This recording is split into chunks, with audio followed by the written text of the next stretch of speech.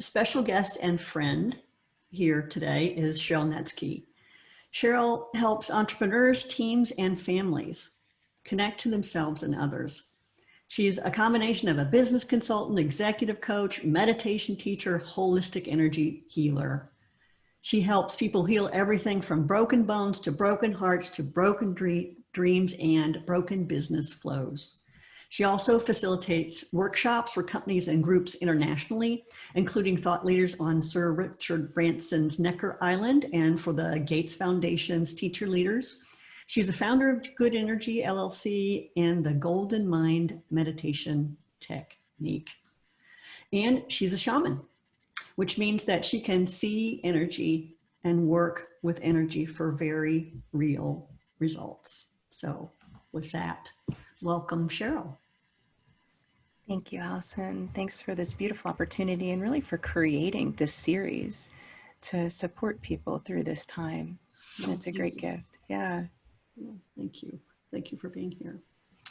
So I'd love to start by maybe you just giving some context around this time we're in, this time of incredible change and disruption and divisiveness, at least the way I see it.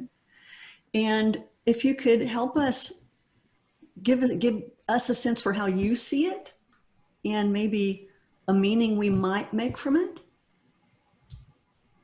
Sure. Yeah, I don't claim to know the unknowable, of course, and happy to share what my teachers have shared with me, which is through a few different lineages. So I'm trained inside of tantric studies and I'm trained inside of shamanic energy practices. And in terms of this time period, life is something on the planet in 2020, isn't it? I mean, it is something.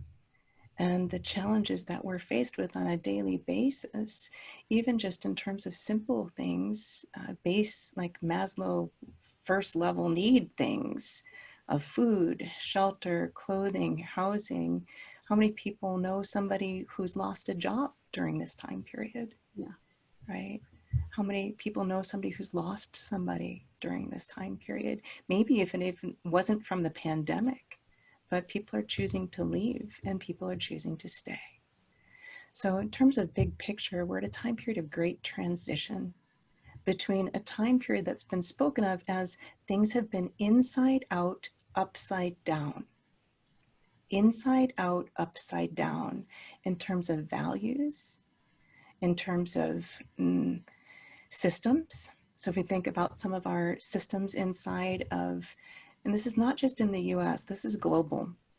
If we look at systems of corruption inside of business, inside of policy, inside of education, inside of government, inside of lots of different places. Now, it doesn't mean there aren't amazing people doing amazing things inside of all of our systems. There are amazing people even on this call inside of systems that are very difficult to work inside of, who are doing amazing, amazing work. Mm-hmm. In the Quechua system, the Q'ero language, the Q'ero people are the people, the medicine men and women of Peru who predate the Inca people. And they've lived up in the mountains. They lived up in the mountains for so long that people thought they were lore. They thought they were pretend, like that they were a story that people talked about. And they came down from the mountains at some point and people saw, oh my goodness, they actually are real. They're often depicted, I don't know if I have my little, I do. So you might have seen the Leica with pom-pom hats and big tassels. They actually weave these, the men and women weave these and bead these together. But they have, in their language, it's called, this time period is called the Pachacuri. Pacha means infinite time, space. Kuri means the great turning over. It's the great turning over of infinite time, space. So no wonder it's a little bit, stressful on the planet right now, contractions, expansions. I said to Alison earlier when we were talking about this call that if you didn't know you were in the middle of a birthing process, if you didn't know that you're in the middle of being birthed, you didn't know that that's what the contractions were and that's what the expansions were, how terrifying that experience might be if you didn't know, right? But if we can hold that framework around it, of what if we're in this great transition? What if the world really is kind of righting itself in terms of, like our grandparents and their grandparents, when our grandparents bought a washing machine, they expected it to last. It was actually built to last. When we buy a washing machine, it's actually built to only last for a certain time period, even though we have the technology to have it last longer. That's interesting. Why is it built for shorter? So that we'd have to go and buy another one. But what happens to the existing washing machine? It's going to end up in a landfill somewhere and or in an ocean, creating more waste. So this is like when we talk about inside out, upside down, how do we get the purpose on the inside so that we're living in alignment from that space? In the tantric teachings, it's also same time period. Like there's around 2012, there were all these prophecies and people talked about like the end of the world. And it wasn't, none of them actually meant that it was the end of the world. That was a gross misunderstanding and a misinterpretation. But what they were all saying was that we're at a time period where the world is upside down and it's righting itself. So if we think about like an hourglass, I think like in 2012, those of us that were kind of listening and watching some of these prophecies, we thought like, okay, great, 2013 is going to be rocking awesome. The world's righting itself like, January 2nd, 2013, like here we are, right? And we found out that it's actually quite a long tunnel of that hourglass. It's a long transition. It's not like as short as we might want it to be. right. So we're in it. In the tantric teachings, it's about this time period of going from the Iron Ages or the Dark Ages, the Kali Yuga, to the Sat Yuga, the time of truth, the time of enlightenment, an age of enlightenment. And what's said is that we actually don't have to wait for the critical masses. We can each have our own awakening.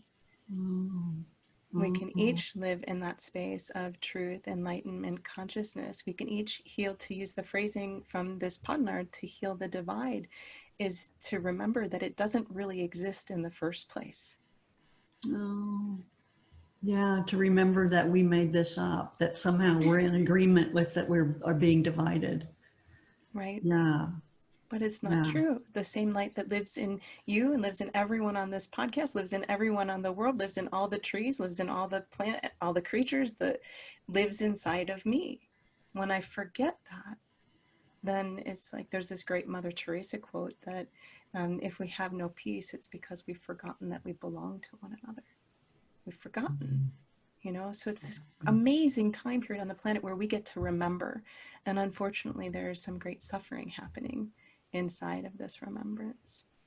So if I may be interpreting or maybe putting words kind of to this that you're not, but how I'm thinking about this is there's something that the universe is wanting from us. And I don't know. And if maybe it just helps me to frame it that way. And it's wanting us to align with our inside out and remember who we are and what our essence is. Yes. Yeah. So, the premise of that, like the universe is wanting us to, different people have different beliefs about that. From my studies and my own personal beliefs, it's like the universe is at worst benign and at best benevolent. The space is like, is there a call to action happening for us individually right now to right our own ships inside of ourselves, inside of our practices, inside of however we work in the world, inside of however we relate to our families? Absolutely. Like, and if we don't want to believe, kind of like with belief structures, it's like, well, what do we gain if we believe that? What do we gain if we don't believe that? Mm-hmm.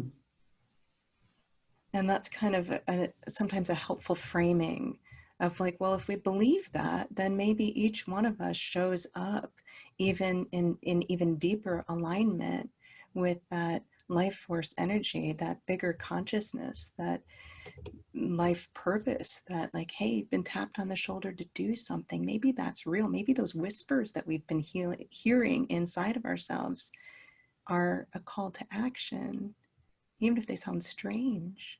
But in our heart, we can feel the truth, the resonance of it inside there. How do we bring that forward? How do we have the courage to move forward in those places? Mm-hmm. Mm-hmm.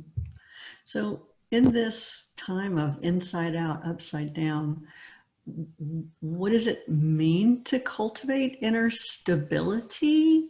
I mean, like even the word stability seems almost antithetical to inside out, upside down. Yeah, right. I used to have a teacher in something that was called a mystery school. So before meditation was on Time magazine and you could talk about this stuff out loud, what happened was that there were these little mystery schools that were, people would find people who were energy practitioners but didn't know how to enhance their skills, and they'd call them into the school and you'd study. So I was called into a mystery school, basically, and I had this amazing teacher. And she gave this, her name was Jackie Matheny, she's since passed, and she gave this amazing talk about, like, what happens if we center our lives, this is about stability, what happens if we center our lives around our family's happiness? Well, you know, because we have phrases for this, like, you're only as happy as your least happy child, right? Well, if we center our lives around that, then when our family is happy, then we're happy. And when our family is sad or angry or bitter or in a place that they're working through something, then we're in that place too. So that doesn't feel very stable, right? And it doesn't mean to not have compassion for those places, but how do we hold a center while those are happening? And then she's like, well, if, you know, if we're happy, if our happiness or our stability is centered around finances, then when money is flowing really well for us, then we're happy. And when money is not flowing as well, then we're devastated. So again, it's like these pendulum swings, these high highs and low lows. So she went through this whole list of all these different things that we could center our lives around. And you're kind of sitting there going like, well, what the heck then? Like, what do we center our lives around if you can't center it around that? You can't center, like, and if you're beloved, if, you know, you center around your beloved, then when they're happy and then she eventually comes to kind of the punchline, which is like the only thing that's stable in the world is that divine, that absolute consciousness, that space of life force energy. If that's the only thing that is, it is ever changing, but there's a consistency to it, then what happens if we stabilize ourselves by connecting in to that space, that which is the divide or separation or facade of such inside of ourselves, that which is that place of that inner treasure that is inside every single one of us. Not any one of us comes without an inner treasure. We all came in with this amazing divine spark. And yet there's these moments where it's like, I can't connect it. Like, I don't know what I think. I don't know what I want. I don't know what I need. There's these places that we can have stuff in between self and self. So the inner stability is building the muscle of being able to connect to that deeply centered life force energy that is moving through all life on the planet, including us, including self. How do we access that? How do we build the muscle of accessing that directly over and over and over again so that we can show up for the people that we love? Right. That sounds like a great segue into maybe our first practice. Yes. You want to talk through that? Yeah. So for this one, Alison, did you want to use I don't know the polling system. Do you want me to just do the chat system or? The chat's just fine. Okay, great. So for this, what I'd like us to first do is do kind of a baseline read inside of ourselves first.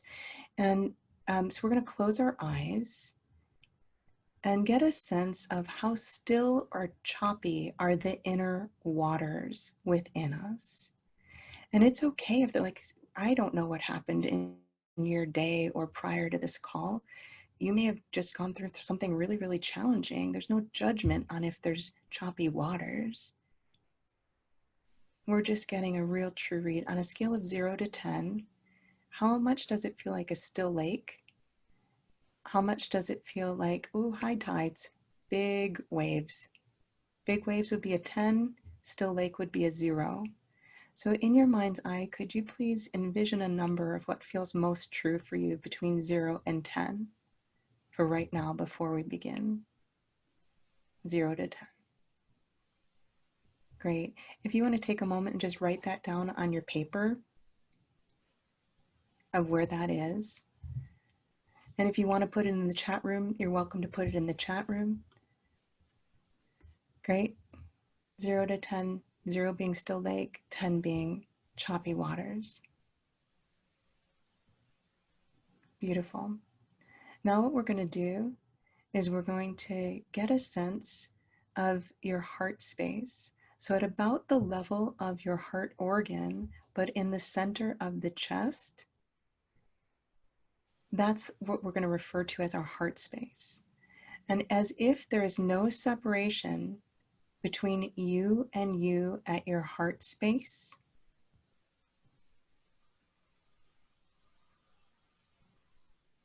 begin to invite yourself deeper and deeper into the center of your heart space, as if there's no reason why you couldn't. It's your own heart space. How do we invite ourselves to dwell inside the sanctuary of the stillness of this place in the center of the heart?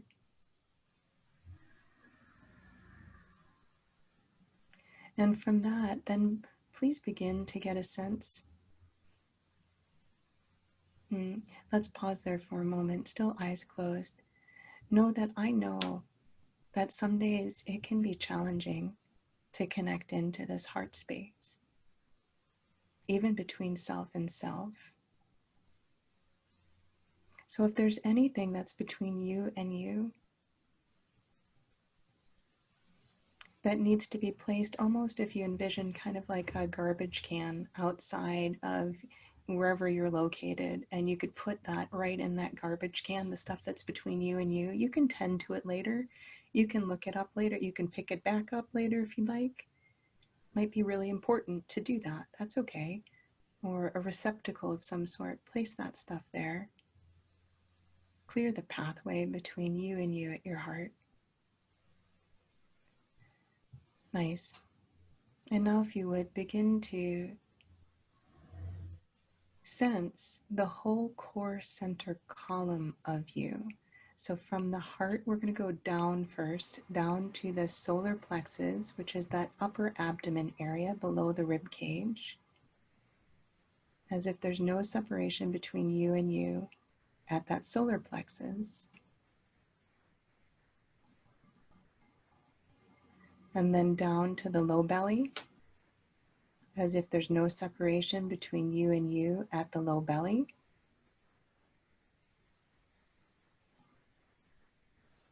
And down to the root chakra, which is that space. It's the area that if you were going to gently constrict the flow, when you were going to the bathroom, you would gently lift that muscle.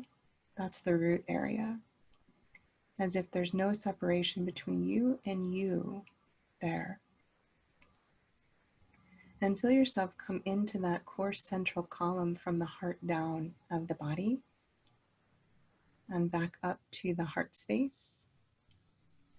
And then we're going to work upwards. So from the heart space up to the throat space, as if there's no separation between you and you at the throat,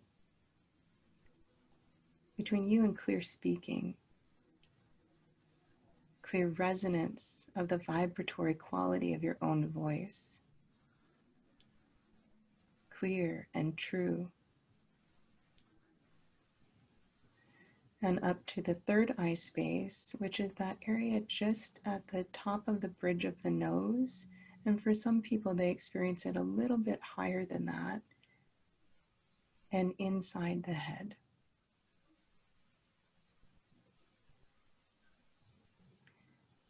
As if there's no separation between you and clear seeing, clear visioning. And up to the crown, the top of the head.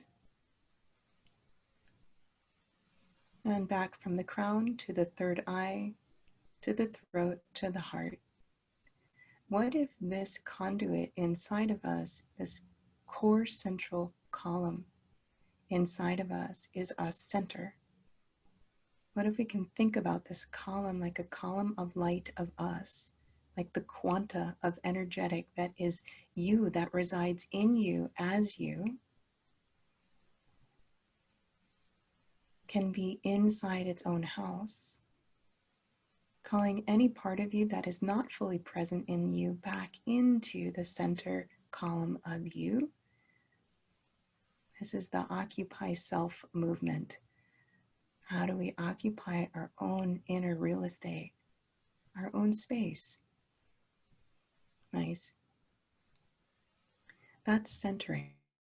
This is you calling you into the center of your beingness. Centered. Nice. Now we're going to do a grounding from here. So eyes still closed. And what I invite us to do is begin to sense gravity. It is amazing. We live on this planet that hugs us to her.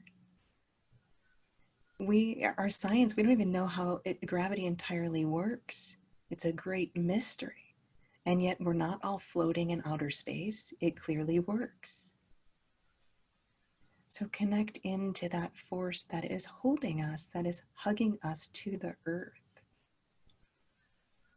In Quechua, the earth is called Pachamama. Pacha again means infinite time space, and mama means mama. So what if we were all being held, hugged to this infinite time space mama? The mama beyond our birth mamas, who is always holding us. And get a sense, if you would, of what that feels like. To feel grounded, to feel held by that gravitational tug, pull, holding.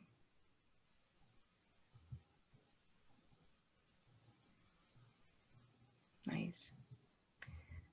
So that's grounding. And now we're moving to the third practice within this three-part practice. So center, ground, and the third one is connecting. So if you'd like, keep the eyes closed. And from this space, move your awareness and your intention to your heart space, as if there's no separation between you and you at your heart space.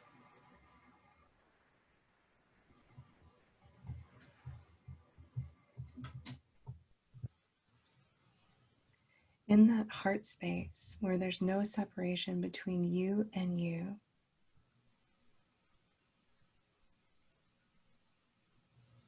begin to follow that sensation of connectedness all the way up, up, up, through the throat, through the third eye, through to the crown chakra, the top of the head.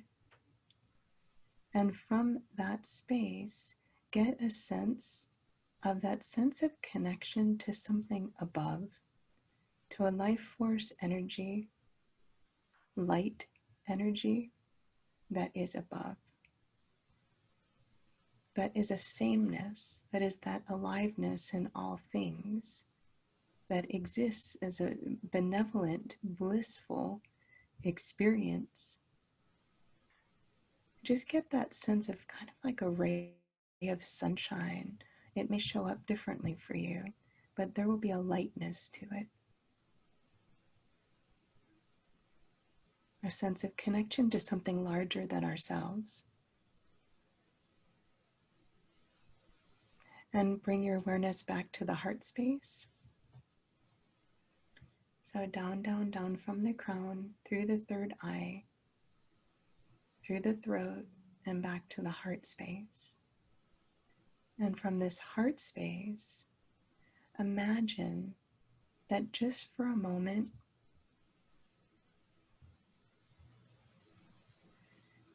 that you could connect, that you could imagine that there are other people all around the world who have the same life force energy inside of them, who are waiting to support you, who love your mission, love your purpose, want to see you succeed, and that they're there as allies, wanting to support you in your most purpose-driven endeavors. And that perhaps you're also an ally for many, many others who have the same life force energy in them, who are here to do whatever their purpose or mission work is, and that you might be a rainbow in the clouds of their day. To quote one of my favorite poets, Dr. Maya Angelou, she says, be a rainbow in somebody's clouds. How are we each here to be a rainbow in somebody else's clouds? And how is it possible that other people might be here to be a rainbow in our clouds?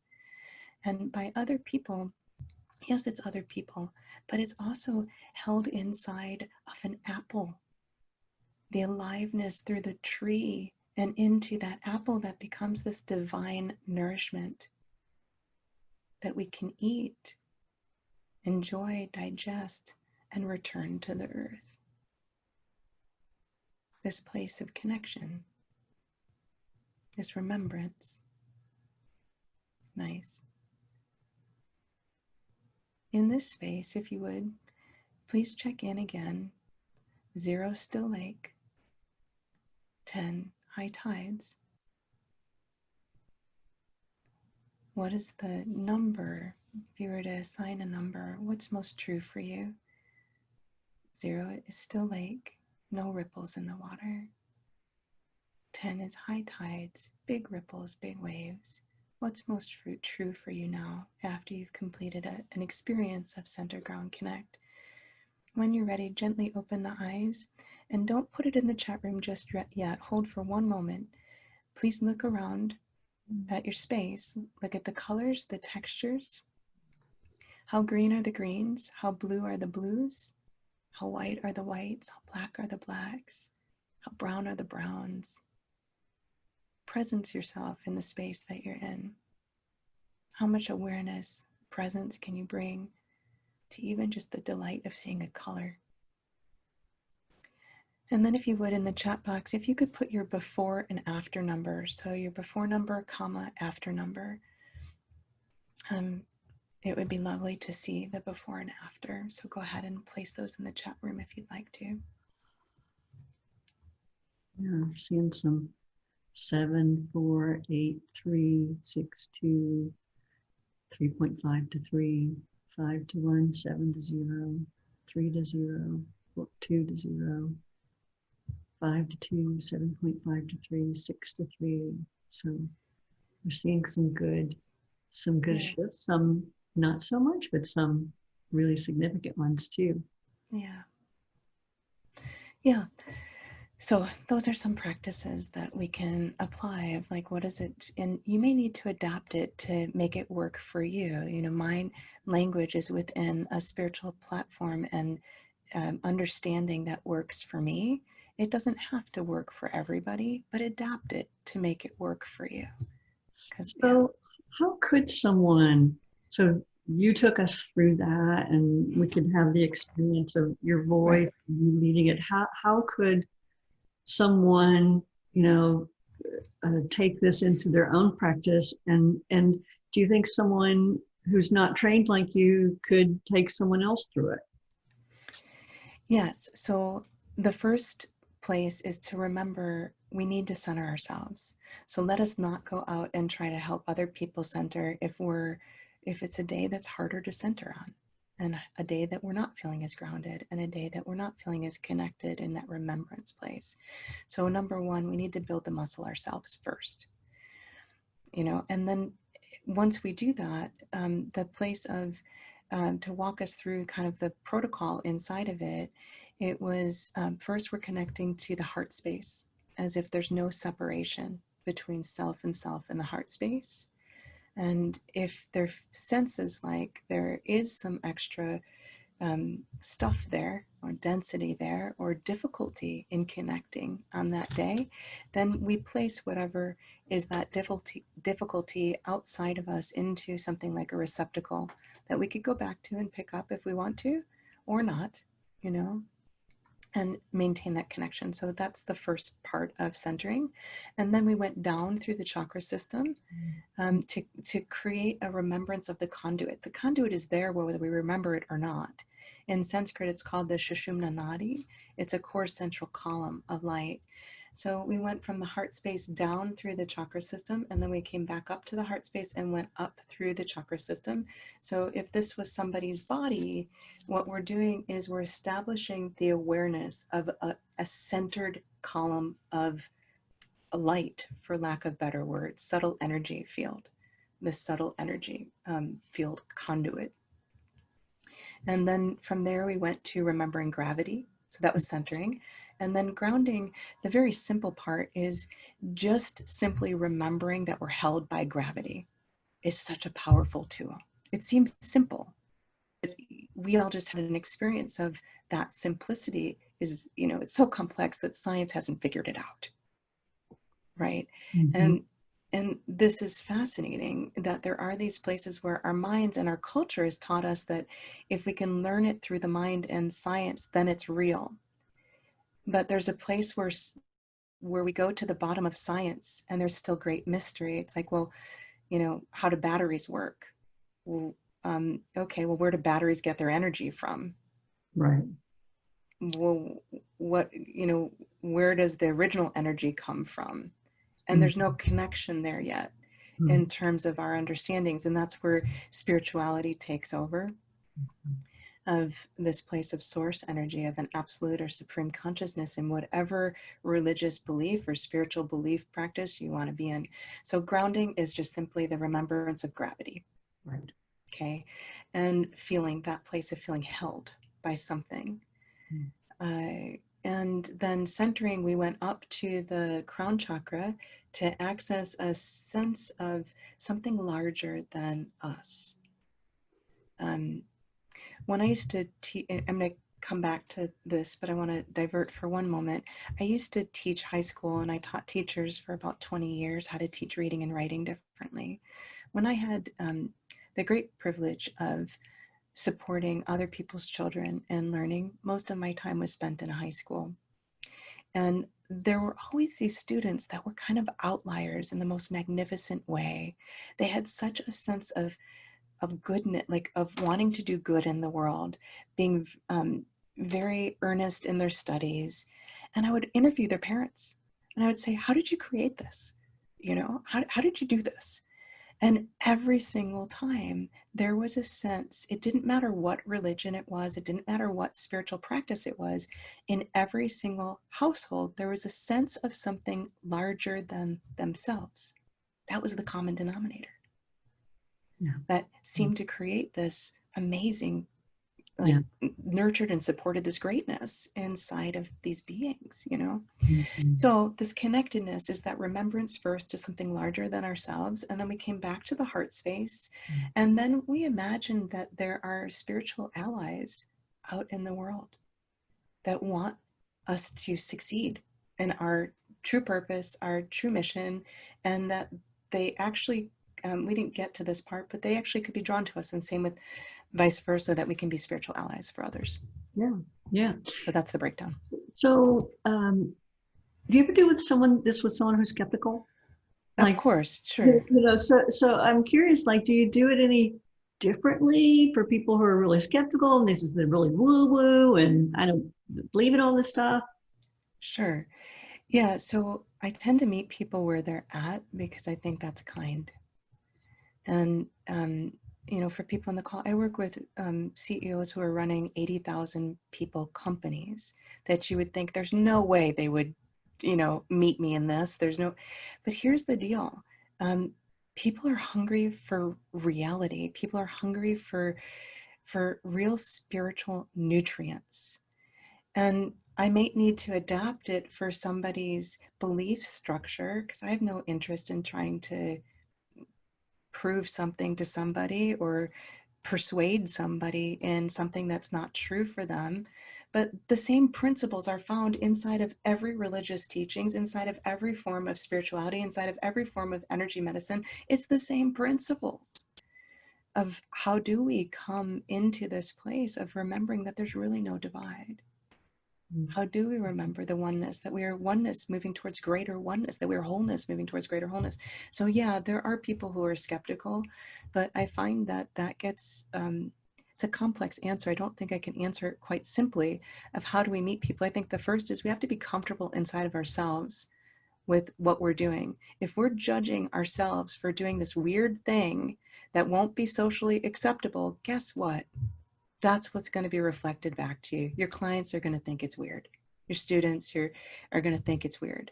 But if inside of you, you know that even if this looks or seems strange or like something that society would judge, if you know that you're centered in something that's true inside of you and you have nothing to prove, it's just an offering. They can meet you. It's an invitation. Yeah, yeah, that's beautiful. So I'd love to take a moment to get people's questions. You can raise your virtual hand. You can try to raise your physical hand, although I may not see it. And you can share what your experience was of Center Ground Connect. You can ask a question. Anything coming up for those of us in attendance today?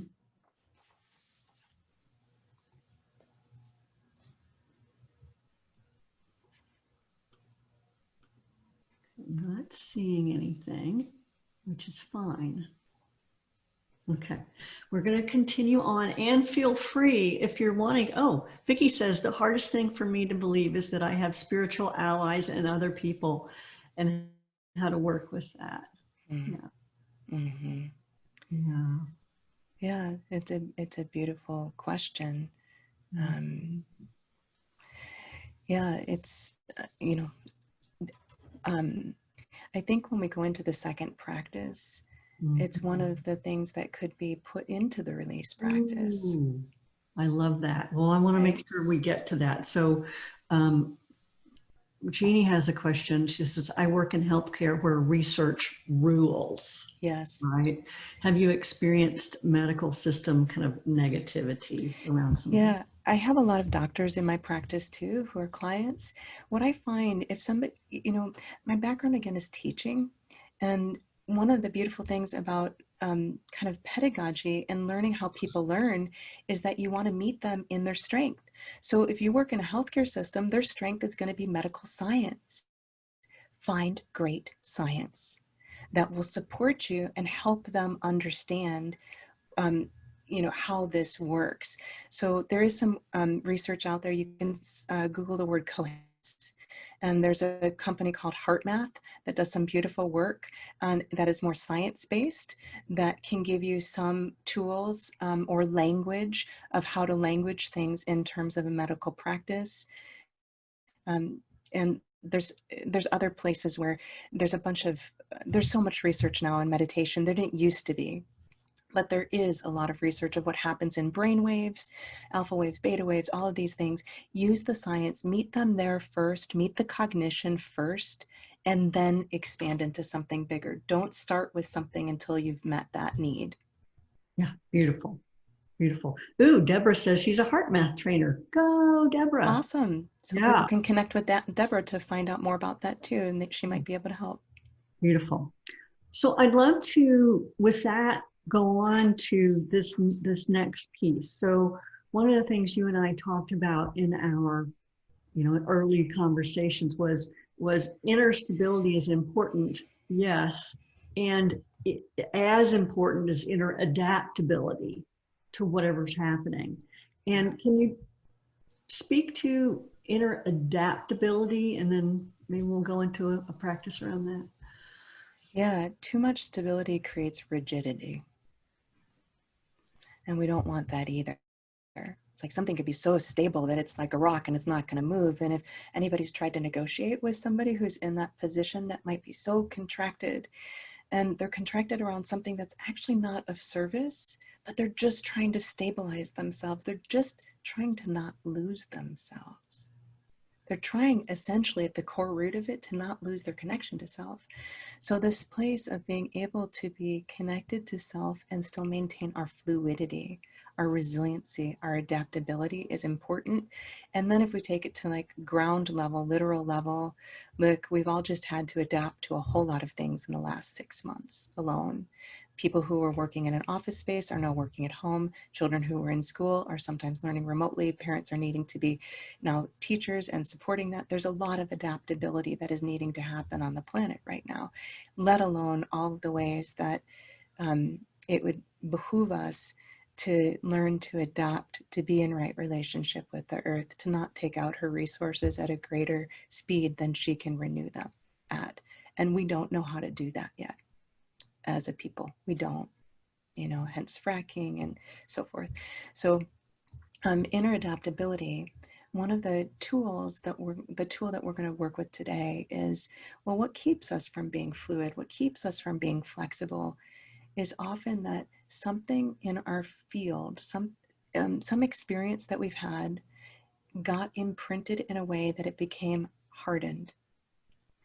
And our work is, it became like, if you think about, I have a very dear friend named Natalie Pyatt, who's a wonderful Ayurvedic teacher. And in Ayurveda, they talk about, Ayurveda is the science, it's the medical part of yoga. And they talk about undigested food, experience, and emotion. So when we're releasing what we're looking to release, so you've heard about people doing cleanses, right? And in Ayurveda, there's some beautiful, gentle cleanse practices. And what it's designed to do is help your system move out that which has been an undigested food, emotion, or experience. Well, that happens in our energetic system too. So this is an energetic practice to help us move out an undigested experience. So the same way that, like, we can't digest banana peels, so we peel the banana before we eat the banana. But sometimes we're in a life experience where something feels so big that it feels like the banana peel was just shoved down our throat with the banana, and we don't know quite how to digest that because now it's in there and we don't know how to get it out. This is a practice to help us get out some of those moments. Okay. Good. Lead on. All right. Okay, so for this one, we're going to again gently close the eyes. And the invitation is to become more and more and more aware of your inhales. So just noticing your inhales and noticing your exhales. And seeing if you can lengthen your inhales to meet your exhales, or lengthen your exhales to meet your inhales. So which is happening more? First off, that place of inhale, where's the air coming into the nostrils? Where can you feel it? Getting that sensitive, that awake to the breath of life, that we just begin to feel it. Sense it. And where does it go? Is it stopping at the throat or the chest? Is it going all the way down to the diaphragm? Where are you feeling it in the body? Where does it go? And then when does it switch into an exhale?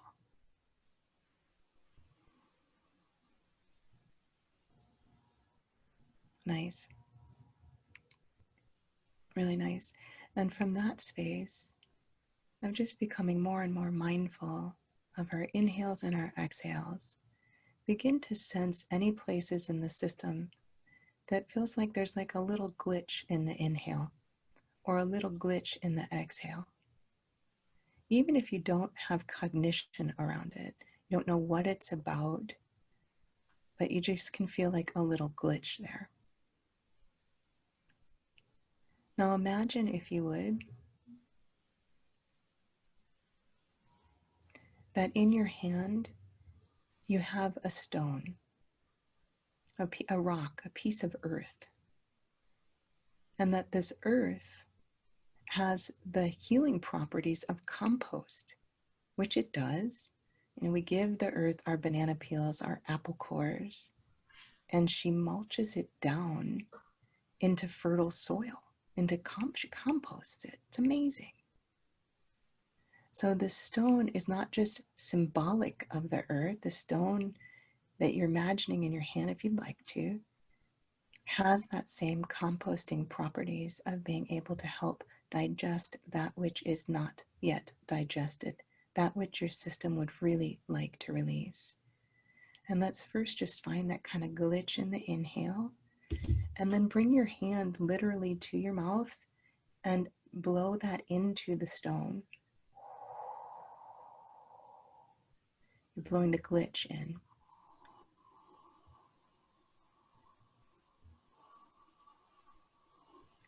And the same for the exhale, finding any of that little kind of, there's something a little stuck on that exhale.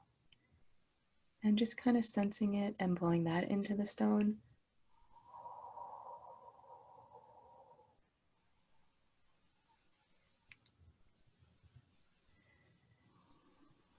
Great.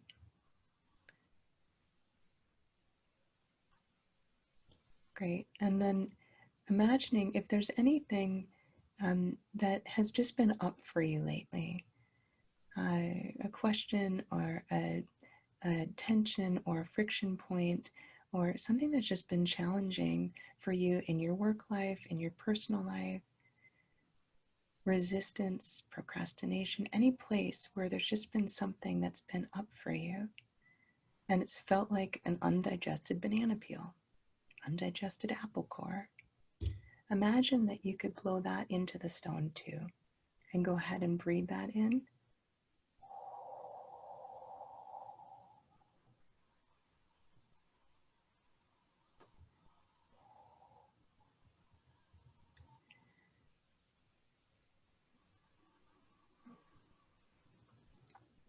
And then if you would, in your mind's eye, take that stone and place it out on the earth.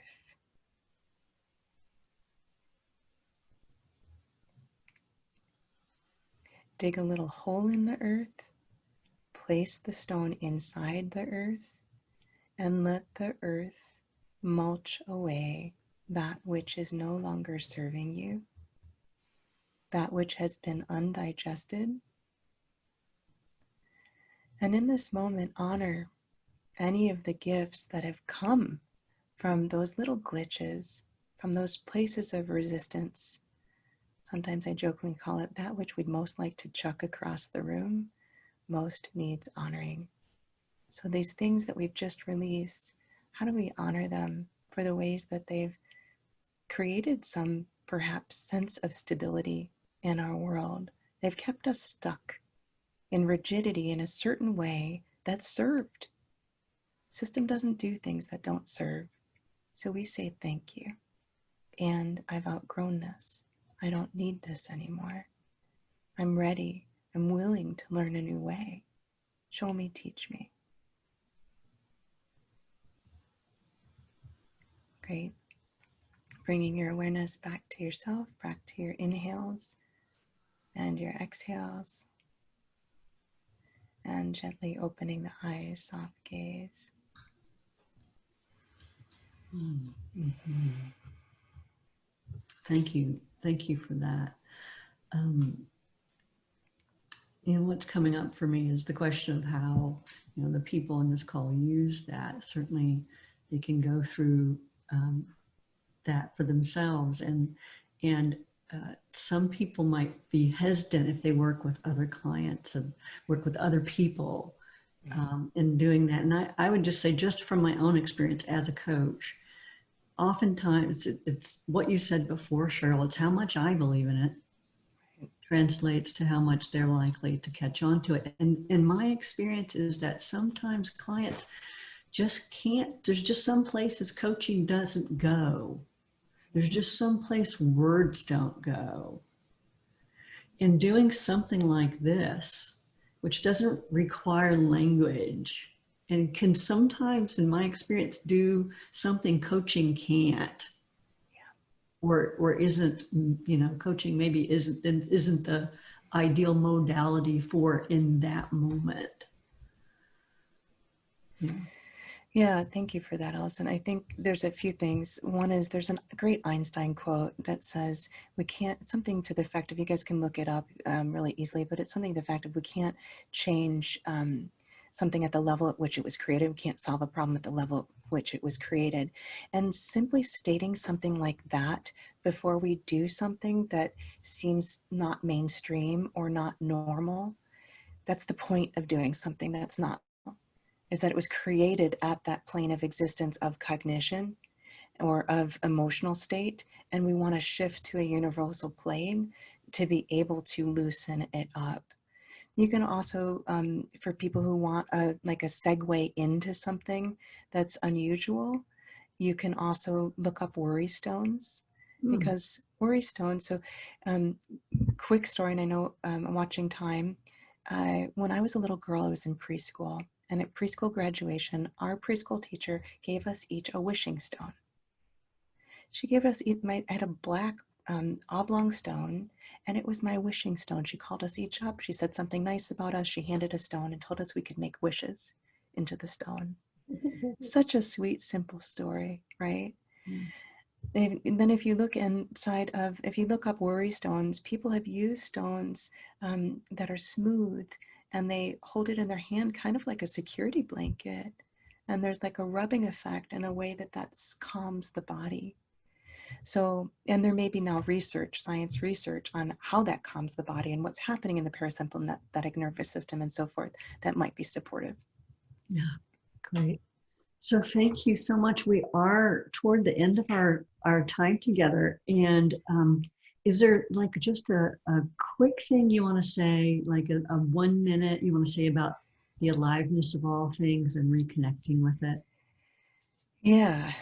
The easiest, simplest tool is to get out in a forest walk.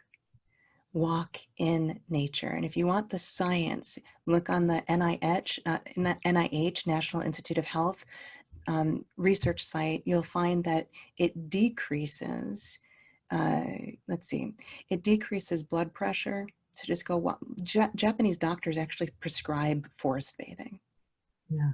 So if you want something that's super easy for coaching clients, or that it's just more translatable, we all know what it feels like to go out in nature. And why? Well, the trees are actually attuning us to that vibratory quality of our own remembrance of aliveness inside of us. It's a vibrational world we live in. So our field gets to expand, their fields expand. We get to have this experience of this tall standing ones, the trees. So there's also, it increases by 20% short-term memory, and also attention focus. So if people are having a hard time with those things, forest bathing, forest walking is, it lowers cortisol. There's all kinds of research on it that you'll find.